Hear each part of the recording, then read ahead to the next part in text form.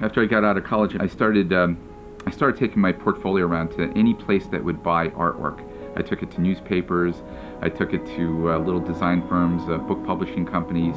This one time I called somebody from the street below. I was in a little phone booth, and I called them, and I could look up and see the art director answer their phone up in their office. And I said, "Hi, I'd like to show you my portfolio. I'm very close." She says, "Well, I'm just about ready to leave for the day. How close are you?" And I said, "Well, look out your window." And I waved to her from the phone booth. So she brought me up to her office, and I showed her my artwork. I remember walking out of there with about $600 or $700 worth of work that day, and I was like, "Sweet, this is great." So that's how I started, and little by little I started getting more clients. I started doing more advertising work, which paid very well. The biggest advertising job I did was it was actually labels. I did a lot of labels for juices, for products.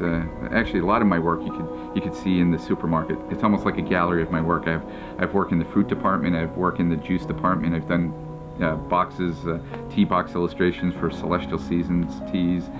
It's almost like a gallery of my work.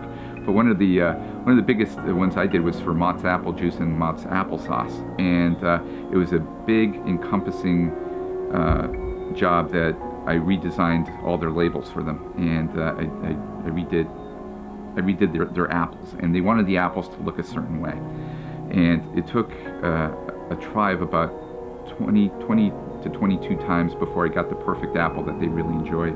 I finally got the perfect apple, and then I redid all their apples for all their different juices. I added more fruit to them, and that was the biggest project I ever did. That took me, for an advertising job, that took me 2.5 months, and by the end of it I was saying to myself, I don't know if I could do this anymore, and that's really what kind of steered me towards doing children's book artwork.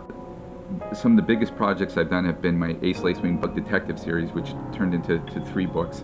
That was a labor of love. I came up with the idea several years ago after I illustrated a bunch of nonfiction bug books, and after I did research on bugs, I learned so much about bugs that when I created my little bug character, it was easy for me to develop, secondary characters for the whole story because I knew so much about bugs. It was just great.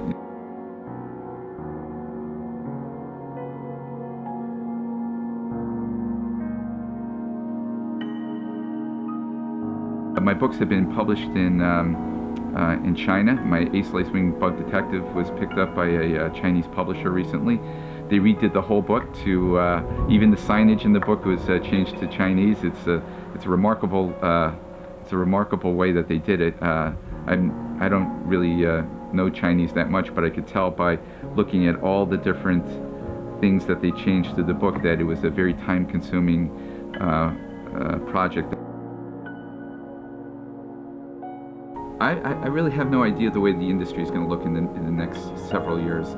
It's changing so quickly. I think eventually everything's going to settle down. But right now, there's so many different avenues. There's so many different ways to sell your book, to sell your story, to create your own ebooks. It's really difficult to see what it's going to look like.